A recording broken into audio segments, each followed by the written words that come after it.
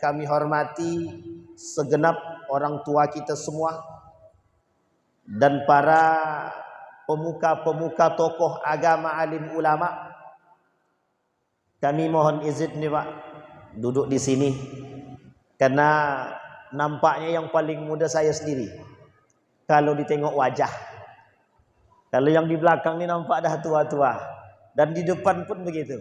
Tapi mudah-mudahan secara wajah dan secara umur memang saya lebih muda. Jadi saya minta maaf ya Bapak Ibu kebetulan saya orang asli Melayu pakai sod asli. Jadi kalau nanti tak pandai bahasa Jawa harap maklumlah sedikit. Tapi sikit-sikit bisalah Jawa. Meskipun tinggal di Jawa 18 tahun sampai hari ini tak pandai bahasa Jawa. 18 tahun di Jawa tak pandai bahasa Jawa. Cuma kalau diomongkan mengertilah sikit-sikit. Jadi kalau nak ditipu orang pun insyaallah paham sedikit gitu. Sampai di sini bisa Pak mohon maaf ya Bapak Ibu kebetulan saya darahnya Melayu. Jadi agak banyak Melayunya sedikit. Bapak Ibu sekalian yang berbahagia, satu hadis daripada baginda Nabi Muhammad sallallahu alaihi wasallam. Jadi Nabi Muhammad itu ini karena kita Maulid Nabi. Maulid Nabi ini kan memperingati kelahiran Nabi. Di tengah memperingati kelahiran Nabi ini sebenarnya kita tidak harus mengingati kelahiran Nabi. Karena Bapak Ibu mesti dah paham tiap tahun memperingati Maulid Nabi.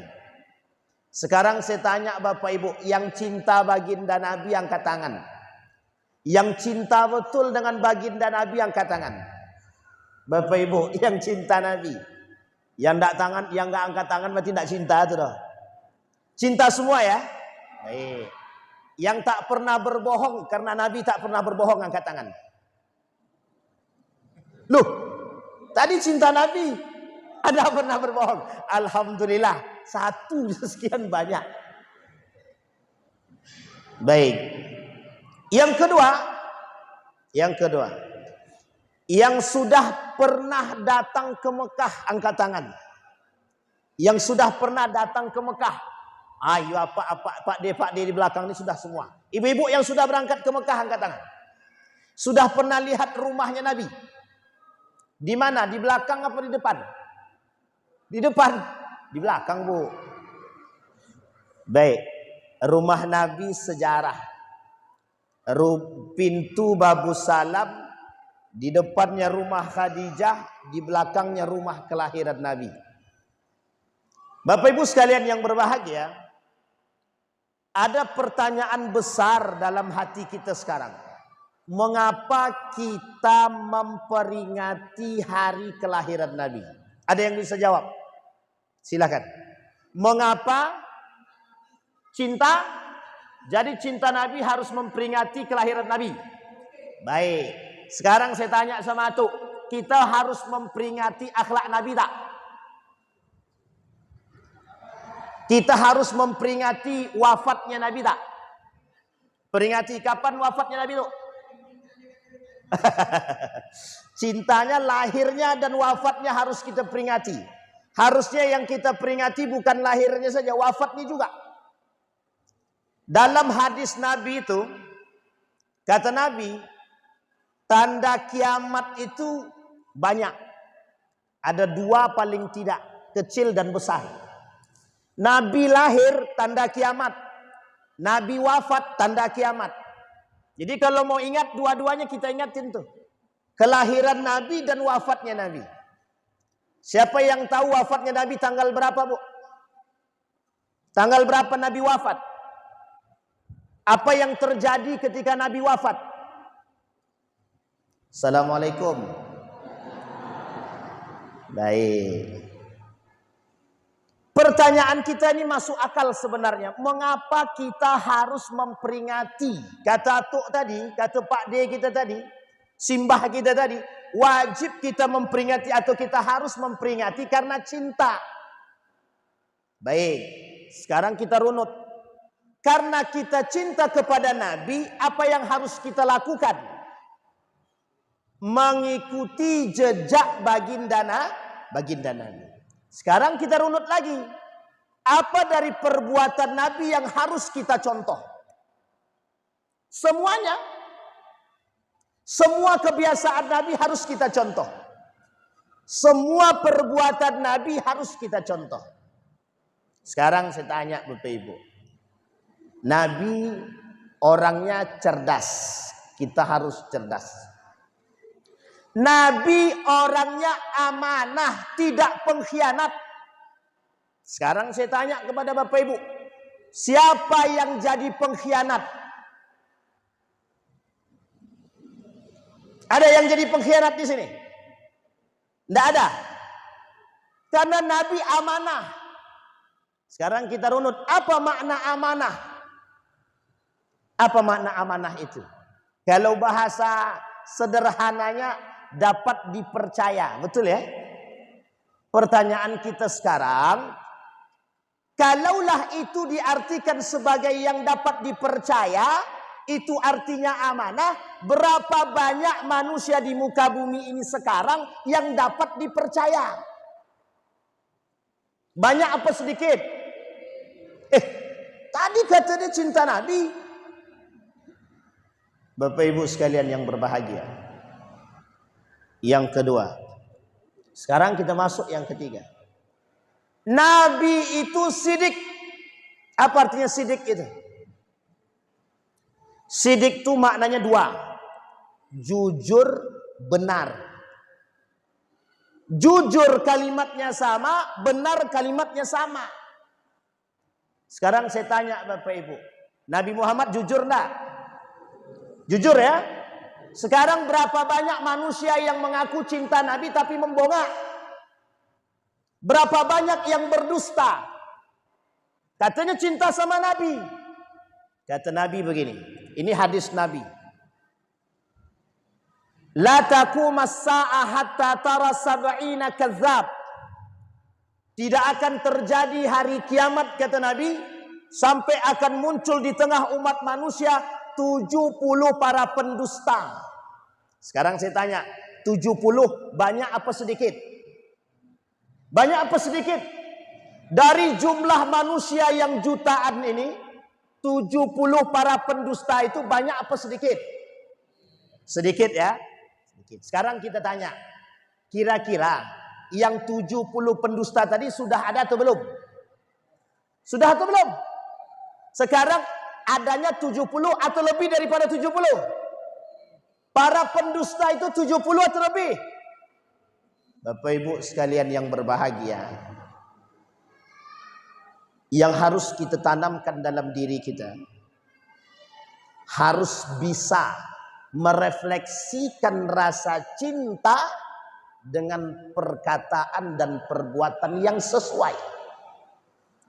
Nabi tidak pengkhianat, Nabi tidak pendusta, Nabi tidak penjilat, Nabi tidak cinta terhadap dunia. Tapi umat manusia yang hari ini mengaku cinta sama Nabi lebih daripada apa yang mereka perbuat. Kata baginda Nabi Muhammad sallallahu alaihi wasallam, la taqumas sa'ah, tidak akan terjadi hari kiamat hatta tarau, sampai kalian akan melihat katanya para orang-orang munafik bertebaran. Kata Nabi, orang-orang munafik kelak di akhir zaman bertebaran. Artinya apa? Artinya ketika banyak manusia-manusia munafik, pendusta, pengkhianat yang bertebaran kata Nabi, tanda akhir zaman. Jadi kira-kira kita sudah di akhir zaman atau belum? Hampir. Yang belum nikah cepat nikah. Yang belum dua jangan. Ngamuk mak-mak di belakang nih. Kenapa demikian Bapak Ibu? Karena kondisi zaman begitu kata Nabi. Akhiruz zaman. Akhir zaman tuh begitu. Maka Bapak Ibu, refleksi maulid Nabi, kelahiran Nabi beserta sifatnya penting sangat hari ini. Kalau dulu zaman para sahabat Tidak perlu Pak mengingati kelahiran Nabi itu nggak penting. Nabinya masih hidup. Dan tahu karakter Nabi. Salah tinggal tanya. Kalau orang sekarang tidak memperingati maulid Nabi, dia tidak paham sejarah Nabi, bingung dia Pak. Sedangkan dari sekian banyak karakter Nabi, tidak satu pun yang bisa kita terapkan dalam kehidupan secara mutlak. Satu, tadi Nabi orangnya cerdas, Nabi dermawan. Yang keempat, Nabi itu tegas, sangat tegas. Halal, halal, haram, haram, salah, salah, betul, betul. Manusia sekarang jahiliyahnya kepanjangan. Lebih jahiliyah daripada jahiliyah dulu. Dulu Islam belum datang. Orang jahiliyah Pak, tidak kenal benar, tidak kenal salah. Yang salah masih bisa dilibas. Sekarang Islam sudah datang. Menjelaskan mana yang hak, mana yang batil, mana yang salah, mana yang benar, mana yang halal, mana yang haram, dijelasin semua. Sampai Nabi bilang, innal halal bayyinun wal haram bayyinun. Di antara keduanya umurun mustabihat. Dijelasin sama Nabi. Islam datang. Setelah Islam datang, justru banyak manusia menghalalkan yang haram, mengharamkan yang halal, menyalahkan yang betul, membetulkan yang salah. Kira-kira lebih jahiliyah mana? Lebih jahiliyah sekarang atau sebelumnya? Yang dulu belum kenal Islam, jahiliyah dia, wajar. Sekarang orang Islam lebih jahiliyah daripada orang yang belum kenal Islam, itu kelewatan. Sampai di sini bisa dipahami Bapak Ibu. Itu pentingnya refleksi kelahiran Nabi. Nabi lahir, itu semua kejahatan-kejahatan dunia redup seketika. Api yang 1000 tahun hidup di Majusi Persia mati seketika. Bingung orang Majusi. Lah kok bisa? Api yang 1000 tahun yang digadang-gadangkan tidak pernah mati, ketika baginda Nabi lahir mati dia. Seolah-olah dunia yang penuh dengan kesesatan tidak mau timbul karena orang yang baik sedang lahir. Raja Abraha ingin menghancurkan Ka'bah, tidak berhasil, penghormatan kepada kelahiran Nabi. Raja Kisra di bumi hanguskan karena menghormati kelahiran Nabi. Bayangkan, Karen Armstrong, seorang ilmuwan, menghormati baginda Nabi. Ateis, bukan Muslim dia. Dia pelajari karakter Nabi. Ateis. Albert Einstein, salah seorang ilmuwan terkenal, menghormati Nabi, menuliskan buku tentang Nabi. Dia kata tak ada manusia yang paling baik dan sempurna di muka bumi ini selain daripada Muhammad, kata dia. Coba, itu ateis, tidak Islam. Mereka mencontoh karakter Nabi. Maka Bapak Ibu sekalian yang berbahagia, pentingnya kita memperingati kelahiran Nabi hari ini agar kita kembalikan nilai-nilai moral yang pernah dibangun oleh Islam untuk merubah karakter-karakter hari ini. Tadi dikatakan sama Pak Ketua kita tadi, anak-anak habis Isya datang, tapi datangnya habis Isya. Tidak datang pas salat Isya. Itu bukan hanya di sini Pak. Di mana-mana. Apalagi di Pekanbaru. Oh, minta ampun. Semua sekeliling masjid itu banyak kafe. Kafe-kafe hidup. Dalam masjid shop 2 cuman. Itu pun alhamdulillah. Sudah 2 shop. Yang sholat 2 shop. Yang masuk ke kafe lebih dari 5 shop. Coba bayangkan. Itu bukan hanya di sini, di mana-mana. Tapi ketika peringatan Maulid Nabi, ramainya bukan main. Setelah peringatan Nabi, masjid kosong. Kan lucu. Kita mengaku cinta kepada Nabi. Beberapa waktu yang lalu, kami melaksanakan kajian di salah satu tempat. Apa tentang apa itu Ustaz Ardi? Isra Mi'raj atau apa? Isra wal Mi'raj. Ketika sholat Isya, dia habis Isya itu Pak acaranya. Tahun baru Islam. Kita buat nih acara. Datang Pak ke salah satu daerah itu. Pas sholat Isya, satu sop enggak sampai Pak. Pas acara tahun baru, pas acara kajiannya, masjidnya penuh. Langsung bingung saya Pak. Lah tadi jamaahnya kemana? Pas sholat Isya kok enggak ada. Coba bayangkan. Pas sholat Isya masjidnya hilang. Setelah pas kajian jam 8.30 mulai, masjid penuh. Sampai sesak Pak. Saya bilang alhamdulillah masjidnya jadi rame. Cuma kok kenapa pas sholat hilang? Seberapa seramnya sholat itu? Coba bayangkan. Nabi Pak, Nabi bangun masjid itu untuk menyatukan umat. Bukan untuk sholat.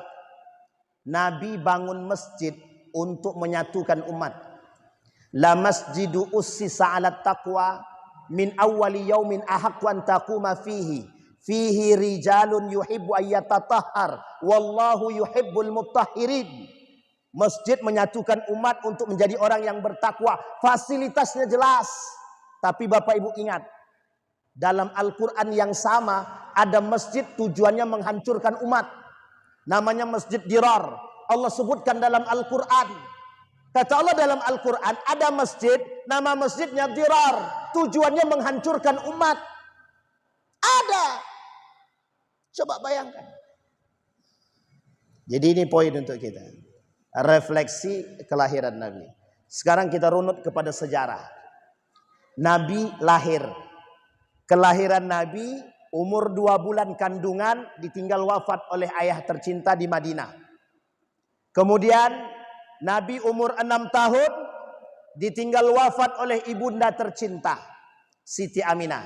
Sekarang saya tanya Bapak Ibu, di mana makam ayah Nabi? Yang tahu boleh pulang duluan. Di mana makam ayah Nabi? Bapak Ibu yang tahu makam ayah Nabi di mana? Di mana? Abuang itu ibu, bukan ayah. Ada yang tahu? Baik. Nabi lahir. Ketika Nabi lahir, tidak ada satu orang pun perempuan yang mau menyusui Nabi. Dalam kitab Ar-Rahiq Al-Makhtum itu, saking Nabi ini dianggap remeh oleh wanita-wanita Bani Sa'ad, tak ada satupun wanita yang mau menyusui Nabi. Nah, ini pertanyaan lagi buat Bapak Ibu semua. Siapa wanita pertama yang menyusui Nabi? Angkat tangan. Ini jangan bapak-bapak leh, biar ibu-ibu aja yang angkat tangan. Siapa Bu? Halimah tu Sa'diyah. Salah. Ini kita lurusin yang bengkok. Siapa orang pertama yang menyusui baginda Nabi? Namanya? Siapa namanya ibu-ibu? Ibu-ibu yang paling belakang, siapa yang pertama kali menyusui Nabi? Jelas mamaknya pusat. Iya, setelahnya. Kelahiran Nabi Bu. Orang yang pertama menyusui Nabi setelah Siti Aminah, Suwaibah. Siapa namanya? Harus paham dulu, Suwaibah. Tak lebih daripada 5 isapan. Setelah Suwaibah, siapa perempuan selanjutnya yang menyusui baginda Nabi? Siapa ibu-ibu? Ibu-ibunya diam 1000 bahasa nih. Siapa Bu? Sopo. Wong Jawa kabeh iki. Ah kan gitu. Awak nggak bisa bahasa Jawa nih Bu. Siapa yang kedua? Selain dari Suwaibah, Ummu Aiman. Tahu ibu-ibu Ummu Aiman siapa? Yang tahu siapa Ummu Aiman silahkan angkat tangan. Tidak ada juga yang tahu. Jadi kita nih sedang ngapain kita nih? Nih saya kasih tahu ibu ya. Ini jangan sampai salah lagi. Suwaibah budak dari Abu Lahab. Oke, Suwaibah budak dari Abu Lahab. Yang budak ini dibebaskan oleh Abu Lahab ketika kelahiran baginda Nabi Muhammad sallallahu alaihi wasallam. Setelah kelahirannya, Suwaibah Siti Aminah menyusui, susunya tidak keluar, asinya nggak keluar. Oleh Suwaibah disusukan. Setelah disusui oleh Suwaibah, asi Suwaibah habis. Besok pagi Suwaibah harus pulang ke desa bersama sang suami karena sudah merdeka. Disusui lagi oleh orang kedua, namanya Ummu Aiman. Ummu Aiman ini budak daripada Siti Aminah yang selalu membantu Siti Aminah. Namanya Ummu Aiman. Satu ketika Nabi sedang duduk di dalam Masjid Nabawi, datang seorang wanita masuk ke dalam masjid. Nabi langsung begini. Diambilnya tangan perempuan tersebut, dicium sama Nabi. Sahabat bertanya, siapa perempuan itu kok sehormat itu sama Nabi? Dijawab sama Nabi, ibuku katanya. Namanya siapa? Ummu Aiman. Yang selama itu mengurus Nabi bersama dengan Siti Aminah. Mulai dari perjalanan 6 tahun ke Madinah sampai wafatnya Aminah di Abwaq. Sampai di sini bisa dipahami Bapak Ibu ya. Ini poin sejarah. Nabi Muhammad sallallahu alaihi wasallam diberi nama oleh kakeknya, nama pertama di dunia, tidak ada nama kedua. Biar Bapak Ibu paham. Nama Nabi Muhammad itu nama pertama yang dipakai yang paling mulia oleh Bani Quraisy yang tak pernah dipakai sama siapapun. Jadi Nabi Muhammad itu namanya itu ilham dari Allah kepada sang kakek Abdul Muthalib. Siapa nama kakeknya Bapak Ibu? Abdul Muthalib itu bukan nama asli. Nama asli Abdul Muthalib Syaibatul Ham. Siapa namanya? Syaibatul Ham. Itu nama aslinya Pak. Jadi Abdul Muthalib itu artinya budaknya Muthalib. Siapa Muthalib itu?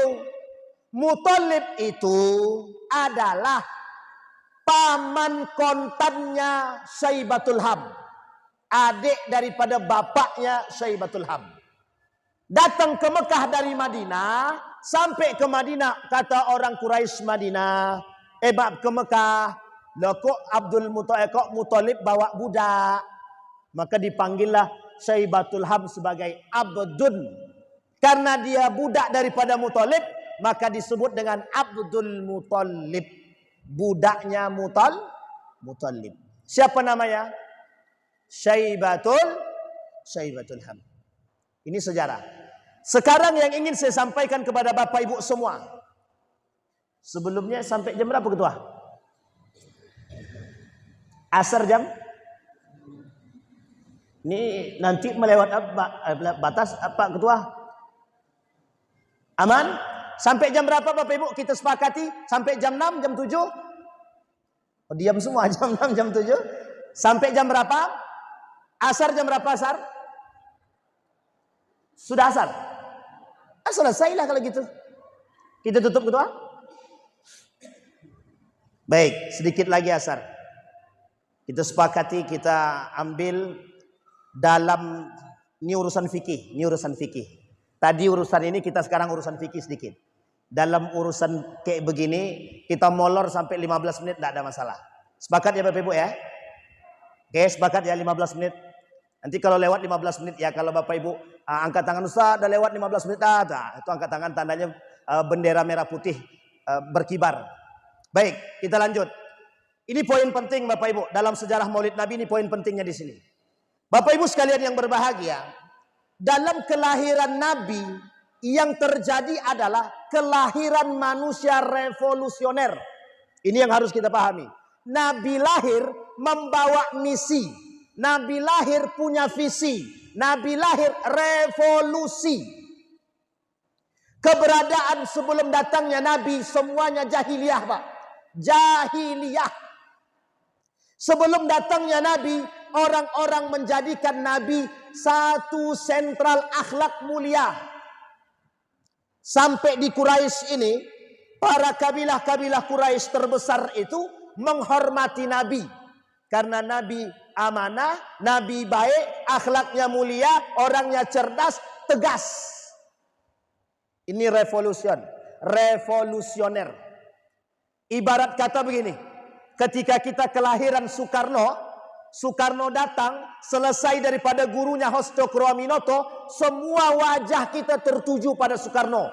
Karena apa? Memberikan kemerdekaan Republik Indonesia. Dianggap seperti ini, Pak, revolusioner. Nabi dengan misi akhlaknya, Nabi dengan misi kecerdasannya, Nabi dengan misi ketegasannya datang, Pak. Merusak semua tatanan-tatanan Quraisy. Semua dirusak. Yang tadi Quraisy punya budak, Islam datang, budak hilang. Ini mohon maaf ibu-ibu, jangan tersinggung. Jangan tersinggung. Pada masa sebelum datangnya Islam, perempuan ibarat sendal.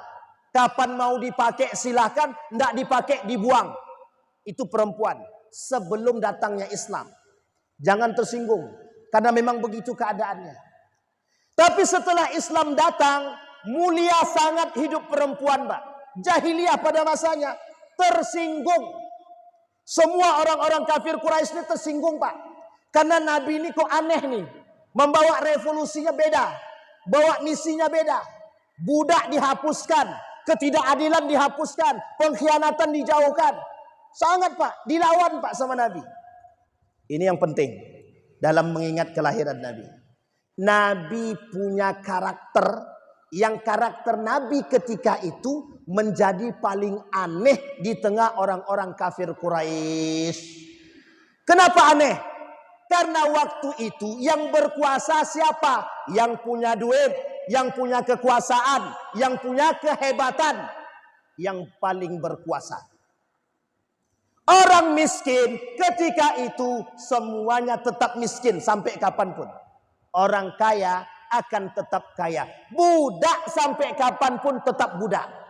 Nabi datang bawa misi Islam, budak dihilangkan, dihapus. Tak ada budak-budak.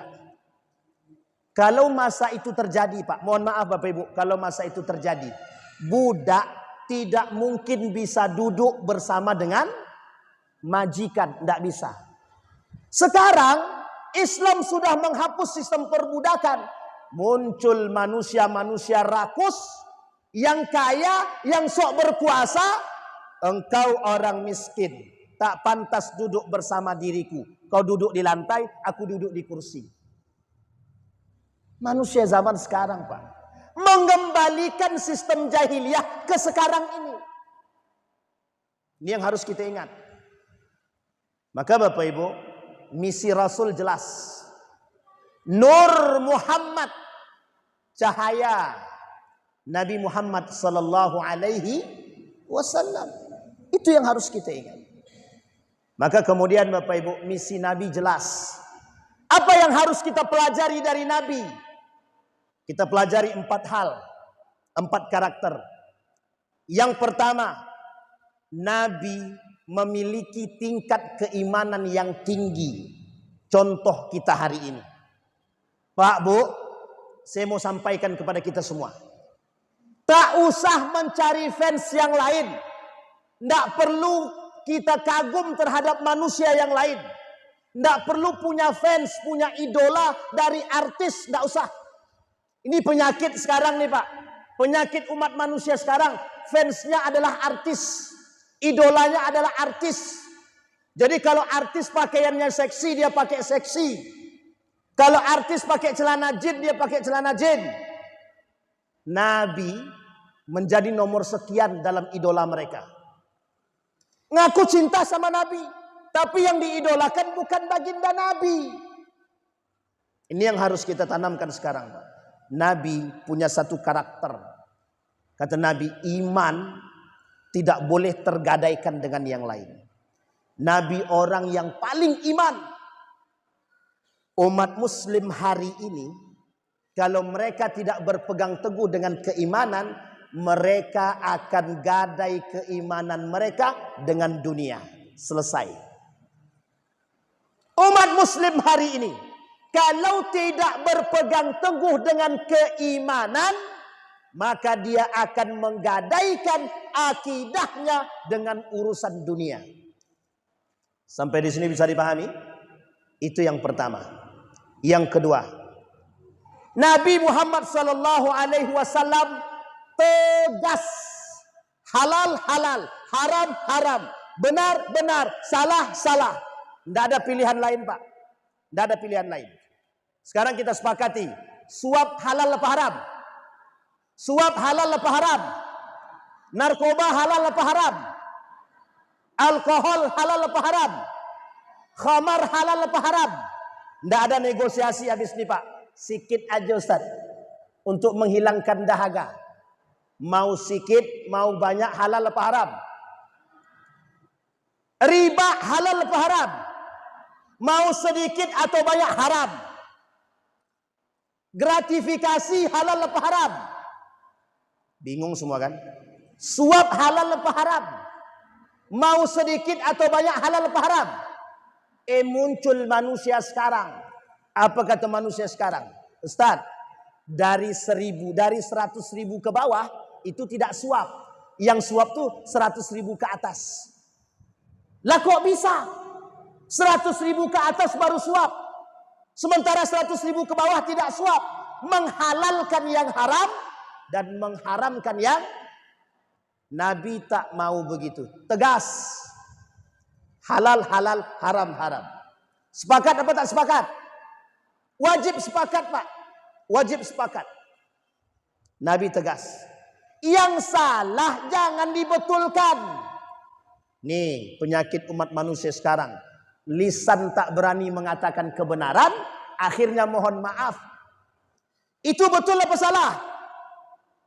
Betul apa salah? Begini aja manusia sekarang. Tak berani mengatakan salah, tak berani mengatakan, Ustadz, kalau kami katakan itu betul, kami pindah kerja, Pak Ustadz. Pak Ustadz, terima kasih banyak, Bang. Iya, Bang, tak apa. Abangnya jangan takut, Bang, jangan takut. Tenang, Bang, tenang. Insya Allah halal. Aman ya, Bang? Niki grogi, Pak deh. Jelas sih grogi. Lagi. Sedikit lagi. Paham Bapak Ibu? Mohon maaf Bapak Ibu. Kenapa ini perlu kita sampaikan? Kita sedang berada di akhir zaman. Sedang banyak manusia yang menghalalkan segala cara untuk mendapatkan kebenaran. Bukan yang benar. Pembenaran. Ini lisan ibu-ibu, bapak-bapak dibutuhkan hari ini untuk mengucapkan kebenaran. Berani apa tak berani? Kalau ada kawan bapak ibu yang korupsi, ada kawan bapak ibu yang melakukan kemungkaran, berani tidak bilang? Jujur, berani tidak? Ustaz, lidah kami tertahan Pak Ustaz, gitu deh. Bapak ibu, yang menghancurkan Islam ini, itu kita. Yang merobohkan nilai Islam ini, itu kita. Karena kita tidak berani mengungkapkan kebenaran. Karena kita tak berani mengatakan salah itu salah, benar itu benar. Tapi ingat, hasil dari perbuatan kita. Kita sedang tanamkan itu kepada generasi-generasi kita. Jadi kalau generasi kita hari ini tak berani mengucapkan kebenaran, dampak daripada warisan kita yang kita lakukan. Sekarang perhatikan. Kalau hari ini generasi kita tak berani mengatakan kebenaran dan tak berani mengatakan yang salah itu salah, kita punya generasi ke depan seperti apa? Kita punya generasi ke depan seperti apa? Setiap tahun kita peringati Maulid Nabi. Tapi apa yang kita berikan pada diri kita? Nabi tegas, Pak. Sangat tegas sekali. Tidak ada nego. Kata Nabi, kalau Fatimah yang mencuri, aku yang potong tangan. Sekarang saya tanya sama Bapak Ibu. Kalau hari ini anak pemimpin yang mencuri, apa yang terjadi? Kami beli hukum. Salah apa betul? Kalau salah, katakan salah. Kalau benar, katakan benar. Itu yang kita butuhkan. Kata Nabi, mengatakan yang benar itu memang agak-agak susah sedikit. Qulil haqqa walau kana murran. Katakanlah kebenaran itu meskipun sakit.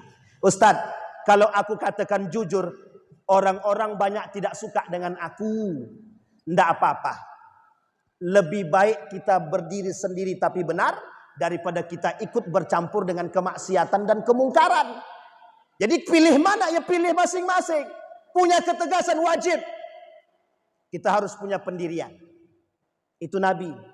Yang kedua, tegas. Nah sekarang Bapak Ibu sudah dengar. Harus punya prinsip ketegasan dalam diri. Wajib Pak. Sekarang saya sampaikan. Itu dalam urusan akhlak. Sekarang dalam urusan akidah. Dalam urusan akidah tidak ada nego. Dalam urusan iman tidak ada nego. Yang salah, yang iman, yang enggak. Ini kita ambil contoh Pak. Kita ambil contoh. Ada kelompok-kelompok yang menyebarkan aliran-aliran sesat. Mohon maaf jangan ada yang tersinggung Pak. Mohon maaf. Yang menyebarkan aliran-aliran sesat. Ini penting untuk kita Pak. Sekarang saya tanya Bapak Ibu. Ada enggak yang pengen masuk surga angkat tangan? Yang pengen masuk surga angkat tangan. Siap bayar 1 juta? Siap bayar 1 juta masuk surga? Jangankan 1 juta Pak. 5 miliar kalau ada jaminan surga kami bayar. Ada aliran sesat hari ini bayar 1 juta bisa masuk surga. Ini urusan akidah Pak. Urusan akidah. Kita disesatkan hari ini Pak. Semakin kuat iman seseorang, semakin banyak cobaan kesesatan itu. Ini di tengah kita sekarang itu. Lawan kita begitu Pak. Lah kok kita masih bisa santai? Sekarang saya tanya, dari kekacauan yang saya sampaikan, kira-kira refleksi kelahiran Nabi penting apa tidak? Memperingati kelahiran Nabi penting apa tidak? Kalau bisa setiap waktu. Bukan sekali setahun. Setiap waktu Pak. Karena kita butuh revolusi akhlak. Bukan lagi revolusi mental. Kalau revolusi mental berarti PKI. Kalau revolusi akhlak itu kita. Nabi. Makanya Nabi kata. Di dalam Al-Quran kata Allah. Laqad kana fi Rasulillah uswatun hasanah. Nabi datang bawa misi. Misi Nabi sederhana, akhlak mulia. Lah kalau kita tidak punya akhlak mulia, berarti misi Nabi tak sampai kepada kita. Atau memang karena kita yang tidak mau menjalankan misi Nabi. Itu yang kedua. Sekarang yang ketiga. Nabi dermawan. Sangat dermawan. Ini Nabi Muhammad. Artinya Bapak Ibu, kalau ditengok dari bahasa Pak Ketua tadi dan Pak Kades kita tadi, ini swadaya masyarakat. Dan saya kira kalau masalah kedermawanan saya tak perlu bahas. Yang mau saya katakan adalah orang jahiliyah dulu itu sangat dermawan. Paham ya Bapak Ibu ya? Orang jahiliyah dulu sangat dermawan. Saking dermawannya, setiap selesai panen, apa yang mereka buat? Mereka gelar makan bersama Pak. Tapi ada yang menjadi masalah. Setiap selesai gelar makan bersama, ada 2 permainan, ada 2 hal yang mereka sediakan. 1 khamar, yang kedua judi. Yang ketiga, ada yang ketiga, biduan. Sekarang saya tanya Bapak Ibu, ada enggak yang begitu? Ada enggak yang begitu sekarang? Enggak ada kan? Dalam pesta yang dia buat, hasil panen mereka melimpah Pak. Tapi apa yang dilakukan oleh kaum jahiliyah pada saat itu? Sangat dermawan. Mereka buat acara pesta yang meriah. 3 ini tak pernah mereka tinggal. 1 khamar, yang kedua judi. Yang ketiga baru yang tadi. Ada nyanyian, ada biduan-biduan joget-jogetan. Itu yang dibuat oleh mereka Pak. Jadi kalau ada sekarang kita melakukan perbuatan seperti itu, hampir mirip kita dengan jahiliyah. Maka kata Buya Hamka ya, itu jahiliyah modern sekarang nih kata dia. Bapak Ibu boleh cek dalam kitabnya, kecil bukunya. Namanya Risalah Ahlus Sunnah wal Jamaah. Karangan pendiri Nahdlatul Ulama, Kiai Haji Hashim Al-As'ari. Bukunya kecil tipis, tidak lebih, tidak sampai 60 lembar. Tapi bayangkan dalam buku yang sekecil itu, semua persoalan dunia ada di situ. Bahkan dia katakan, kelak akan muncul di tengah umat, merujuk kepada hadis Nabi, aliran-aliran yang mengajak kepada kesesatan. Coba bayangkan. Dalam buku Kiai Haji Hashim Al-As'ari, 1920-an.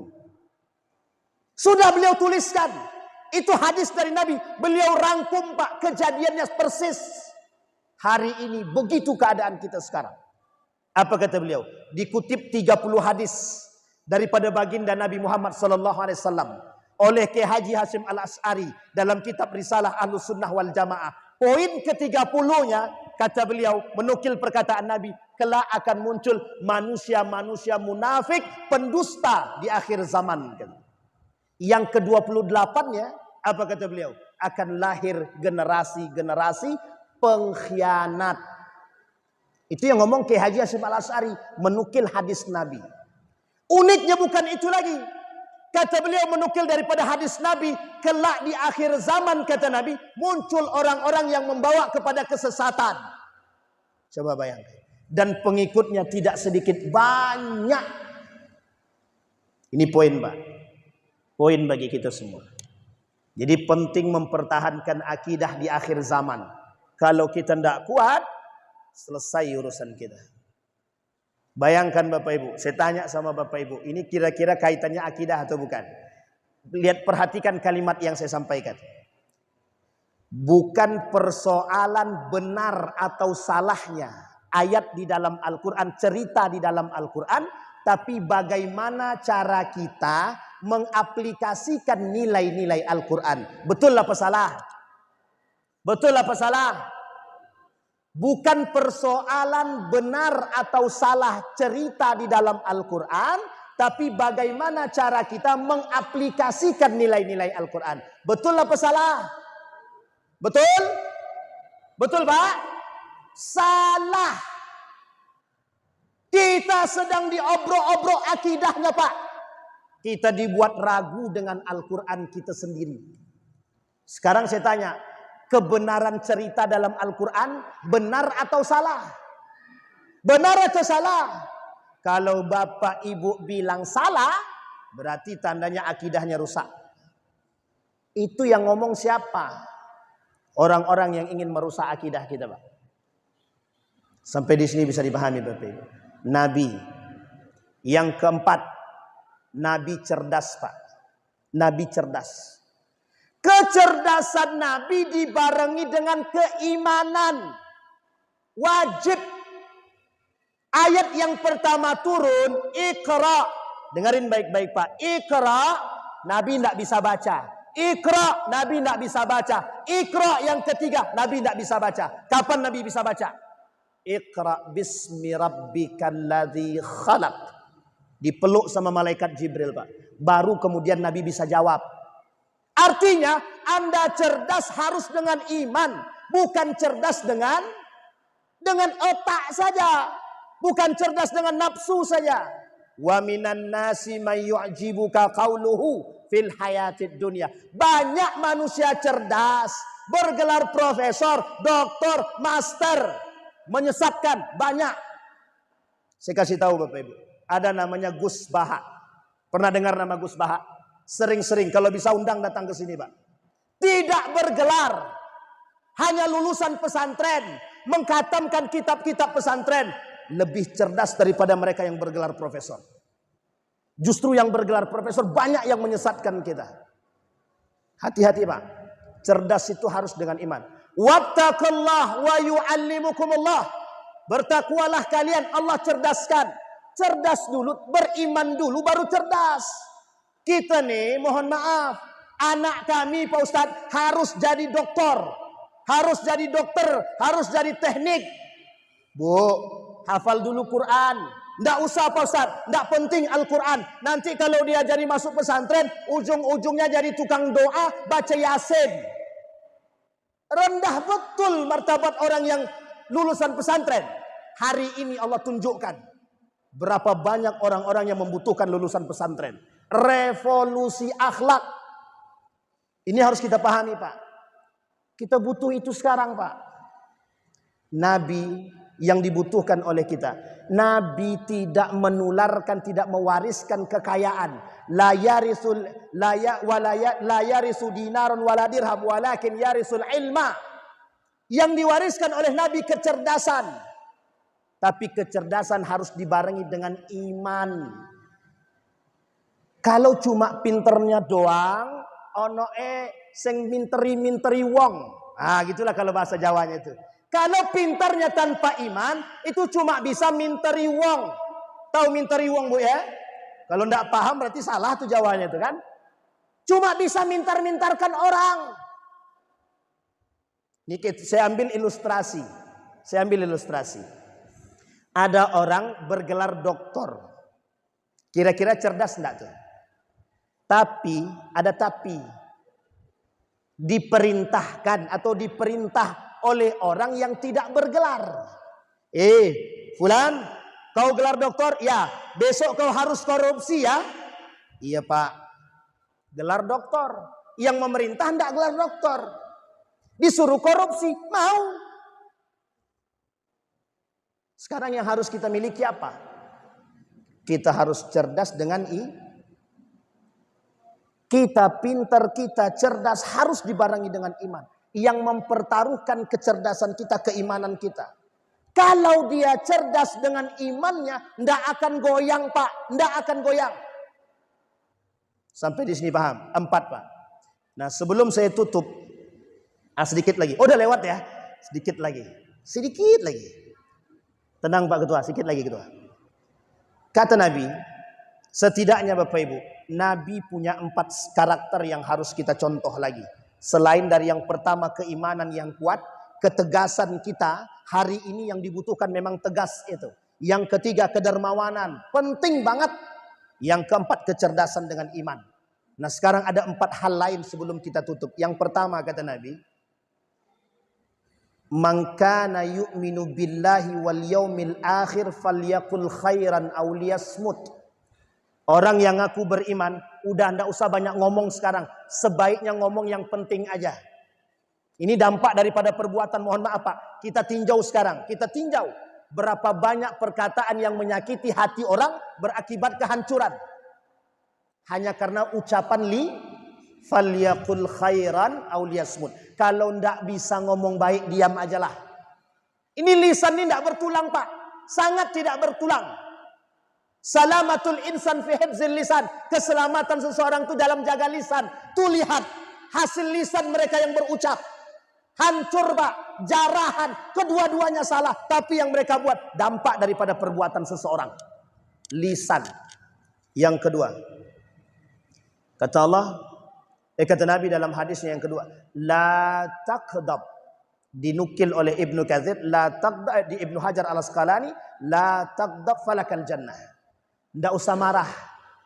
Karena kalau engkau marah, nanti kalau engkau tidak marah, engkau bisa menahan amarah, surga bagimu. Ini sebenarnya bahasanya sederhana. Sekarang kita lihat Pak. Kita lihatin sekarang. Dari 2 kasus. Yang satu emosi. Apa yang terjadi? Emosi sama-sama emosi. Apa yang terjadi? Kedua-duanya merugikan. Zaharal fasad fil ardi wal bahri, kata Allah, bima kasabat aydin nas. Rusaknya bumi tangan manusia sendiri. Yang satu mempertuhankan hawa nafsu, yang satu mempertuhankan hawa nafsu. Dua-duanya bertemu Pak, tidak ada tengah-tengahnya sama sekali. Hancur. Jadi kita dampak daripada emosi mereka semua. Yang kedua, yang ketiga. Kata Nabi dalam hadisnya, min husni islamil mar'i tarkuhu ma la ya'nihi. Sebaik-baik keislaman seseorang, tinggalkan perbuatan yang tidak bermanfaat. Udah ndak zamannya Pak. Udah ndak zamannya. Kalau kita kaji dalam hadis 10 tanda kiamat besar, 10 tanda kiamat yang besar itu, ini seolah-olah kita sudah mau berada di akhir zaman. Sudah seolah-olah kiamat itu dekat saja. Kita khawatir, Pak. Ini zaman dah nggak saatnya, Pak, kita memikirkan diri kita sendiri. Saatnya kita melakukan perbuatan-perbuatan yang bermanfaat. Saatnya, Pak. Udah nggak saatnya Bapak Ibu memikirkan diri sendiri. Udah nggak saatnya. Aku. Yang penting aku soleh. Dia mau soleh terserah. Mau ndak juga ndak apa-apa. Ndak saatnya, Pak. Sekarang saatnya kita soleh bersama. Soleh bersama. Apa kata Kiai Haji Hashim Al-Asy'ari? Menukil hadis baginda Nabi. Kelak di akhir zaman, kata Nabi, itu perhatian umat muslim terhadap Islam, terhadap umat muslim yang lain hilang. Hilang sedikit demi sedikit. Artinya apa? Mereka hanya berpikir diri mereka sendiri. Diakibatkan karena apa? Perbuatan yang tidak bermanfaat. Banyak yang tidak bermanfaat. Sangat banyak hari ini yang tidak bermanfaat. Kita menghabiskan berhambur-hamburkan uang, semuanya tak ada manfaat. Nah, ini penting, Pak. Jadi tolong diingat. Yang terakhir, yang keempat, kata Nabi. Yang terakhir ini, bertakwalah dimanapun engkau berada. Ini yang paling penting, Pak. Bertakwalah dimanapun engkau berada. Kalimat ini, wattaqullah haitsuma kunta, diperkuat oleh hadis Nabi yang lain. Kata Nabi dalam hadisnya, ihfazillaha yahfazka. Jagalah nilai agama, niscaya engkau akan dijaga oleh Allah. Bertakwalah dimanapun kalian berada, merasalah bahwa Allah memantau kalian. Jadi Bapak Ibu mohon maaf, dari perjalanan kehidupan Nabi, cuma itu yang ditinggalkan Nabi bagi kita. Al-Quran dan hadis, tak ada yang lain. Al-Quran dan sunnah. Kalau tidak ada Nabi, siapa yang mau kita contoh? Lah kalau hari ini idola kita adalah para artis. Mereka kaya, kita harus kaya. Mereka seperti itu, kita harus seperti itu. Mereka pakai jin, kita harus pakai jin. Mereka narkoba, kita harus narkoba. Ini penyakit yang muncul di akhir zaman. Namanya FOMO. Apa itu? Bukan homo ya. FOMO. F-O-M-O. Fear of missing out. Artinya apa? Tren ikut-ikutan. Tren sekali mengikuti orang. Khawatir dia kalau dia tak bisa mengikuti perkembangan zaman. Artinya Bapak Ibu, sebelum saya tutup, Nabi selalu mengingatkan kepada kita dan memberikan nasihat. Anggaplah karakter yang tadi saya sampaikan sudah ada pada diri kita, dan tinggal satu yang harus kita perbuat, mengaplikasikannya, sehingga kita memiliki generasi-generasi, mohon maaf, yang takut sama Allah. Sehingga kalau mereka takut dengan Allah, mengambil hak orang 1.000 rupiah pun mereka takut. 1.000 rupiah, jangankan 1.000. Ya Ustaz, 1.000 memang tidak ada gunanya Pak Ustaz. 100 juta diambilnya Pak Ustaz. Insya Allah kuat imannya, punya ketakutan kepada Allah. Jangankan 100.000, jangankan 100 juta, miliaran pun akan dia kasih, Pak.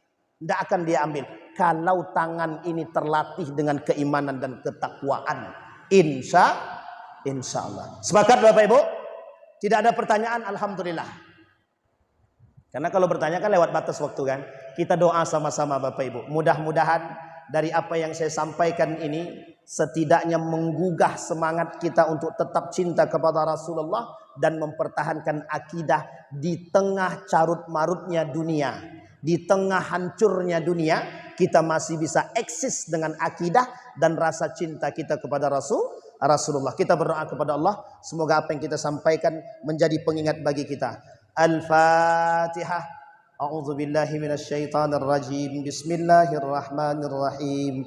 Alhamdulillahi rabbil alamin. Arrahmanir rahim. Maliki yaumiddin. Iyyaka na'budu wa iyyaka nasta'in. Ihdinas siratal mustaqim. Siratal ladzina an'amta 'alaihim ghairil maghdubi 'alaihim waladdallin.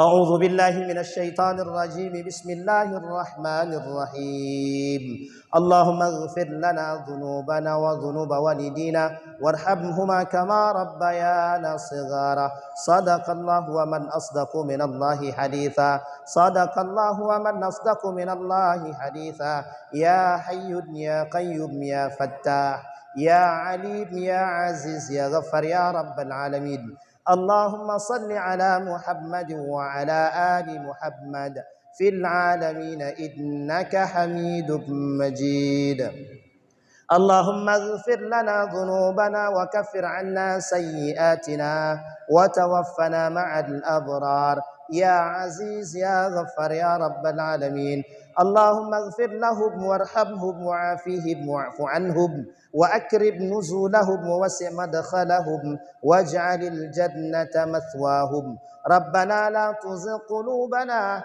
بعد إذ هديتنا وهب لنا من لدنك رحمة إنك أنت الوهاب اللهم انصر من نصر الدين واخذل من خذل المسلمين اللهم انصر من نصر الدين واخذل من خذل المسلمين اللهم انصر إخواننا المجاهدين في فلسطين وفي غزة وفي كل مكان اللهم دمر اليهود اللهم أهلك الكفرة والمبتدعة والمشركين أعداءك أعداء الدين اللهم اختمنا بالصالحين ربنا آتنا في الدنيا حسنة وفي الآخرة حسنة وقنا عذاب النار سبحان ربك رب العزة عما يصفون وسلام على المرسلين والحمد لله رب العالمين السلام عليكم ورحمة الله وبركاته